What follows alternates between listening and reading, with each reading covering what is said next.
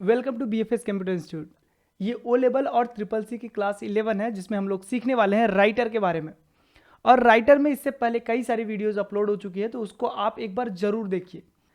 तो आज की इस क्लास में आप सीखने वाले हो कैरेक्टर फॉर्मेटिंग क्या होता है और पैराग्राफ फॉर्मेटिंग क्या होता है। तो चलिए स्टार्ट करते हैं और देखते हैं कि इन सारी चीज़ों में कैसे काम होता है और क्या क्या डिफरेंसेस होते हैं।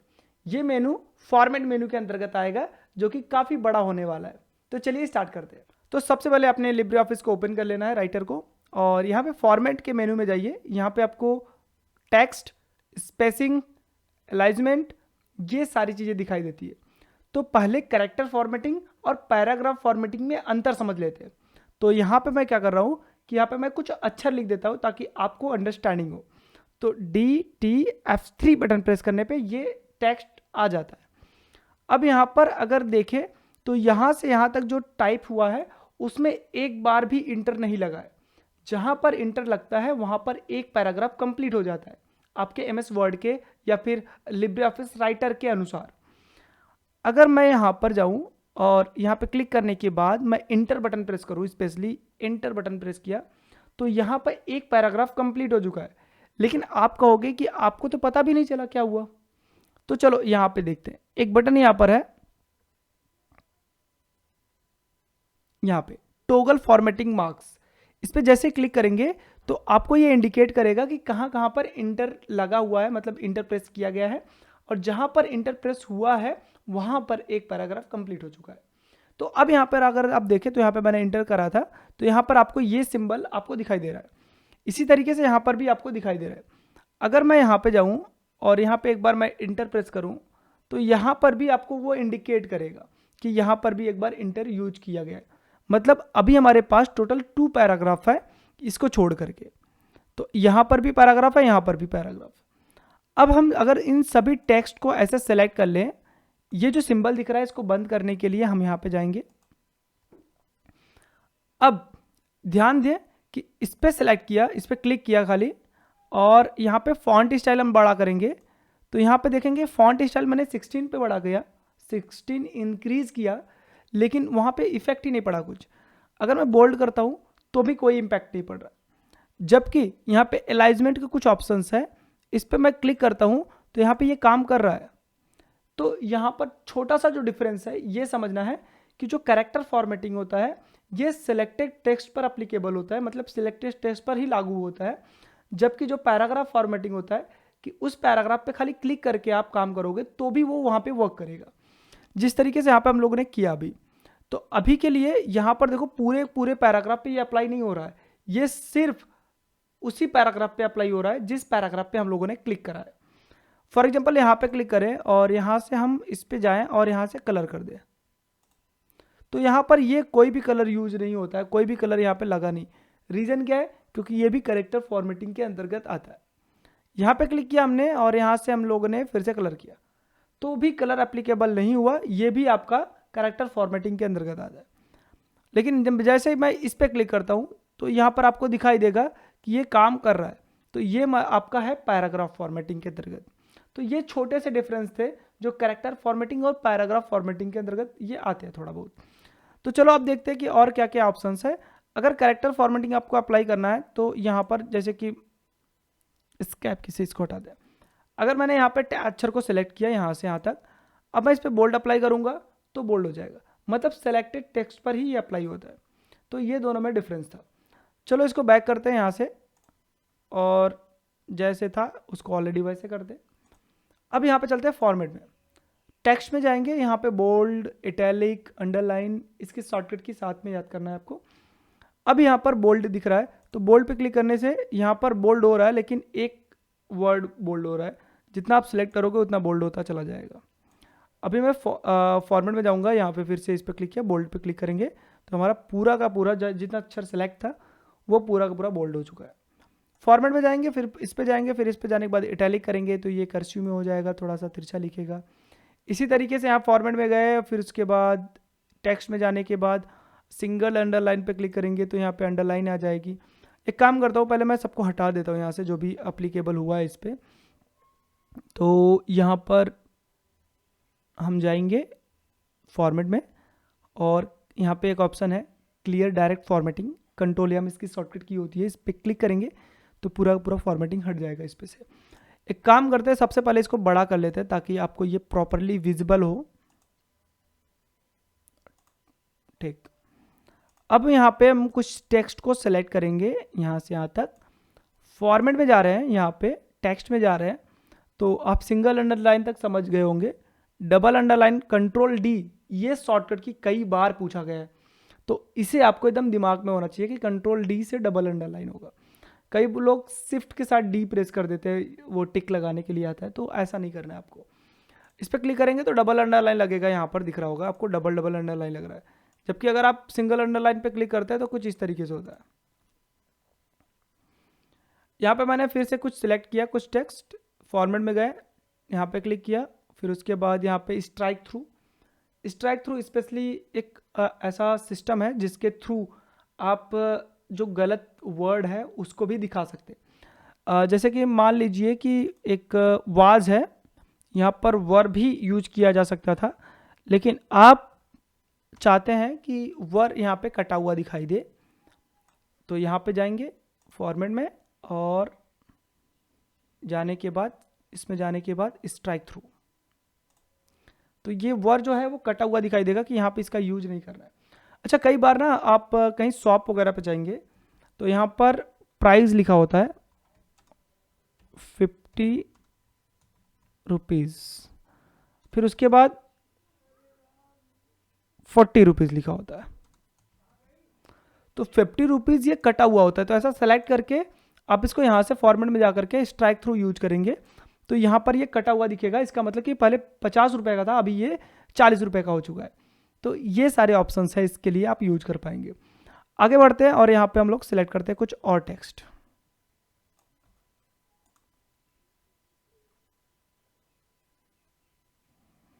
ओवरलाइन जैसे अंडरलाइन होता है ऐसे ओवरलाइन होता है। यहाँ पे ओवरलाइन पे जैसे क्लिक करेंगे तो आपका जो टेक्स्ट होगा उसके ऊपर यहाँ पे लाइन ड्रॉ हो जाएगी। तो अभी मैं दूसरा सिलेक्ट करता हूँ, फॉर्मेट पे जा रहे हैं, फिर उसके बाद यहाँ पर हम लोग सुपर स्क्रिप्ट, सब स्क्रिप्ट, चलो इसको देखते हैं। तो सबसे पहला काम करो कि आप एकदम नीचे आ जाओ और यहाँ पर हम एक फार्मूला लिखेंगे, जैसे कि H कैपिटल में लिख रहे H2O। अब आपको एक और यहाँ पे मैं सूत्र लिख रहा हूँ, जैसे कि मान लीजिए A प्लस B ब्रैकेट में आपको इसका स्क्वायर लगाना है। तो ये तो नॉर्मल टेक्स्ट जैसा हो गया, आपको इसको सब स्क्रिप्ट देना है, मतलब नीचे की तरफ लिखना है। तो बेसिकली आपको उसको सिलेक्ट करना है और यहाँ पे फॉर्मेट में जाना है, टेक्स्ट में जाना है और यहाँ पर आप इसको सेलेक्ट करिए। सुपर स्क्रिप्ट पावर लगाने के लिए होता है, सब स्क्रिप्ट बेस में लिखने के लिए होता है। शॉर्टकट की बहुत इंपॉर्टेंट है, मैं कई बार बोल रहा हूँ, आपको इसको नोट डाउन करना होगा। तो कंट्रोल शिफ्ट प्लस बी होगा इसका शॉर्टकट की, और जैसे इस पर क्लिक करेंगे तो यहाँ पर बेस में आ जाएगा। अच्छा, एक चीज़ और ऐसे भी याद कर सकते हैं, control plus shift plus B, B for base, base मतलब नीचे लिखा जाता है, और पी फॉर पावर, पावर मतलब ऊपर लिखा जाता है। तो अगर हम यहाँ पे सेलेक्ट करें और इसकी शॉर्टकट की अभी हमने देखा control plus shift plus P, तो पावर में हो जाएगा, ये ऊपर के साइड में हो जाएगा। उसकी शॉर्टकट की वहाँ से भी कर सकते हैं, यहाँ से भी कर सकते हैं, सेलेक्ट रहना चाहिए बस। दूसरा ऑप्शन है, इसको सेलेक्ट करने के बाद हम फॉर्मेट में जाएंगे और यहाँ पर क्लिक करने के बाद आपको यहाँ पर शैडो ऑप्शन दिखाई देगा। इस पर जैसे क्लिक करेंगे तो आपका जो भी टेक्स्ट होगा वो शैडो में कन्वर्ट हो जाएगा। ऐसे आपको पता नहीं चलेगा ये, तो थोड़ा सा जूम करूँगा तो अब देखो ये नॉर्मल टेक्स्ट है आपका और ये आपका इसमें शैडो लगा हुआ है। तो दोनों में थोड़ा थोड़ा डिफरेंस है, अगर आप देख पाएंगे तो आपको क्लियर हो पाएगा कि यहाँ पर किस तरीके से इसमें शैडो लगा है। मैं पेज की साइज़ वही रखता हूँ 100%। फॉर्मेट में जाते हैं, यहाँ पर हम जाएंगे और यहाँ पर टेक्स्ट में जाएंगे और यहाँ पर आपको दिखाई देगा आउटलाइन इफेक्ट। इस पर जैसे क्लिक करेंगे आपका जो भी टेक्स्ट सिलेक्टेड था उसके ऊपर आउटलाइन आ जाता है, जैसे कि यहाँ पर ये लगा हुआ है। मैं इसको बड़ा कर रहा हूँ, ये देखिए टाइप। इसी तरीके से अगर आप और करना चाहते हैं तो यहाँ पे मैं इसकी फॉन्ट साइज़ थोड़ा बड़ा कर देता हूँ। फिर फॉर्मेट में जाऊँगा, टेक्स्ट में जाऊँगा और यहाँ पर मैंने जैसे इस पर आउटलाइन इफेक्ट किया, ये देखो आउटलाइन आ गया। कलर वगैरह चेंज कर सकते हो, वो तो आपके हाथ में है। फॉर्मेट में जाते हैं फिर से वापस से और इंसर्ट में जाएंगे और फिर इसके बाद यहाँ पर ऑप्शन दिखता रहता है आपको इंक्रीज और डिक्रीज। इसकी शॉर्टकट की होती है कंट्रोल के साथ क्लोज ब्रैकेट और कंट्रोल के साथ ओपन ब्रैकेट। क्लोज ब्रैकेट के साथ में क्या होगा कि फ़ॉन्ट की साइज़ आपकी इंक्रीज होगी और ओपन ब्रैकेट के साथ में होगा कि आपका जो फ़ॉन्ट होगा वो डिक्रीज होगा। तो चलो शॉर्टकट की से ही यूज करेंगे। अब आपको यहाँ पे हमने सेलेक्ट किया और कंट्रोल के साथ मैंने ब्रैकेट क्लोज ब्रैकेट प्रेस करेंगे तो बड़ा होगा और ओपन ब्रैकेट प्रेस करेंगे तो ये छोटा होगा।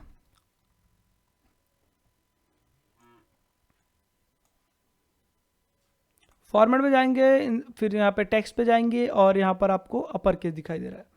अपर केस का बेसिकली क्या मीनिंग होता है, कई बार क्वेश्चन में भी आता है कि आपके लिब्रे ऑफिस राइटर में कितने प्रकार के केसेस होते हैं। तो यहाँ पे आप काउंट करो कि एक अपर केस हो गया, लोअर केस हो गया और यहाँ पे सेंटेंस केस हो गया, कैपिटलाइज इस वर्ड केस हो गया और यहाँ पे टोगल केस हो गया। तो टोटल 5 केसेस होते हैं।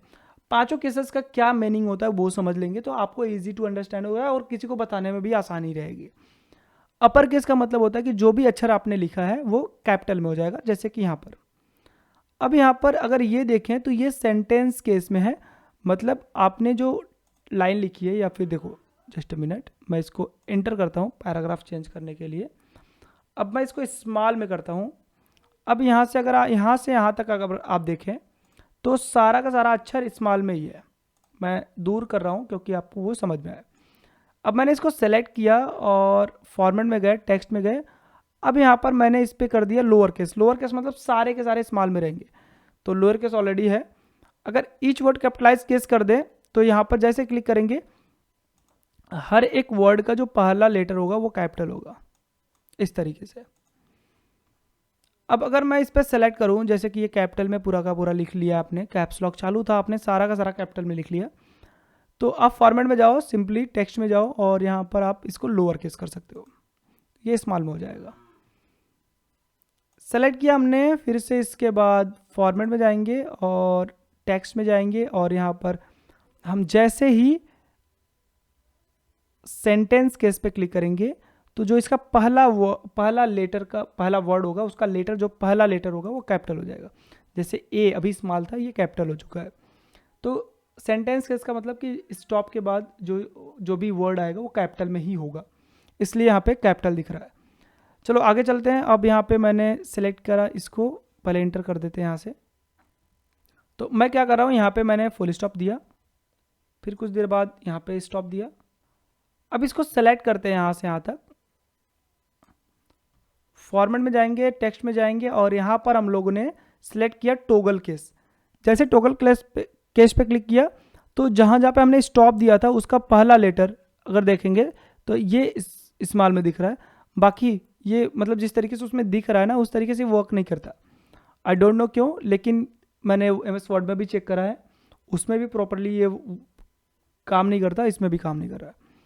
अब यहाँ पे जाएंगे और यहाँ पर देख लो, यहाँ पे टोगल केस का क्या सेंस है कि टी कैपिटल था, सॉरी जो पूरा वर्ड है ना, वर्ड का जो पहला लेटर होगा वो स्मॉल में होगा, बाकी सारे कैपिटल में होंगे, फिर से पहला लेटर हर एक वर्ड का स्मॉल में होगा। लेकिन यहाँ पर तो ऐसा कुछ है ही नहीं, ये चीज़ है।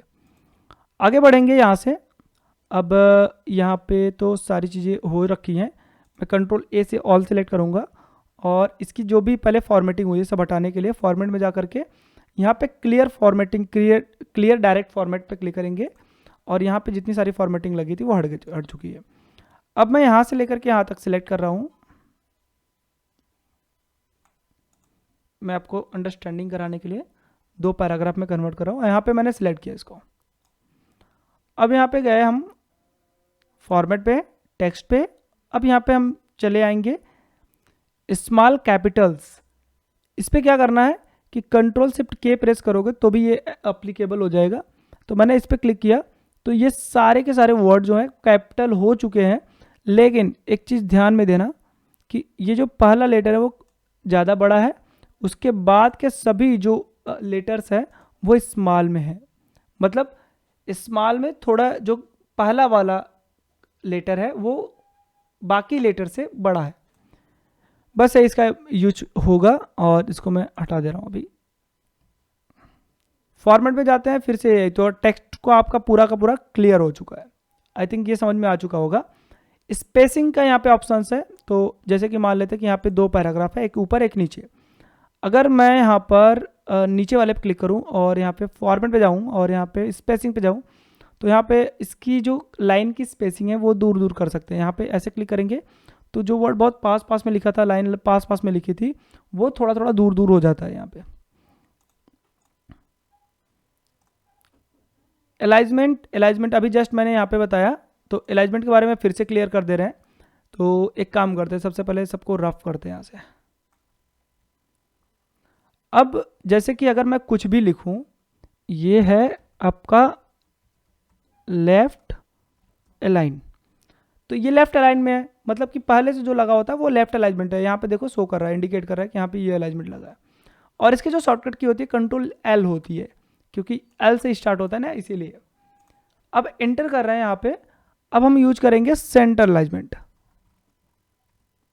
अब जब सेंटर लाइन हम लोग ने यहाँ पे लिखा, अब यहाँ पे क्लिक कर रहे हैं सेंटर अलाइन, तो ये बीच में से अच्छा लिखेगा। सेंटर अलाइनमेंट का मतलब ये होता है कि बीच में से लिखना।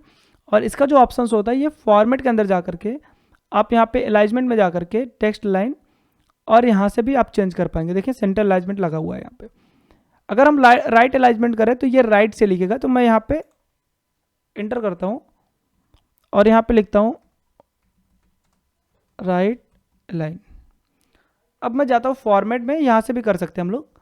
फॉर्मेट में जाएंगे और यहाँ पे जाएंगे अलाइन पे, और यहाँ पे राइट पे क्लिक करेंगे तो राइट साइड में चला जाएगा।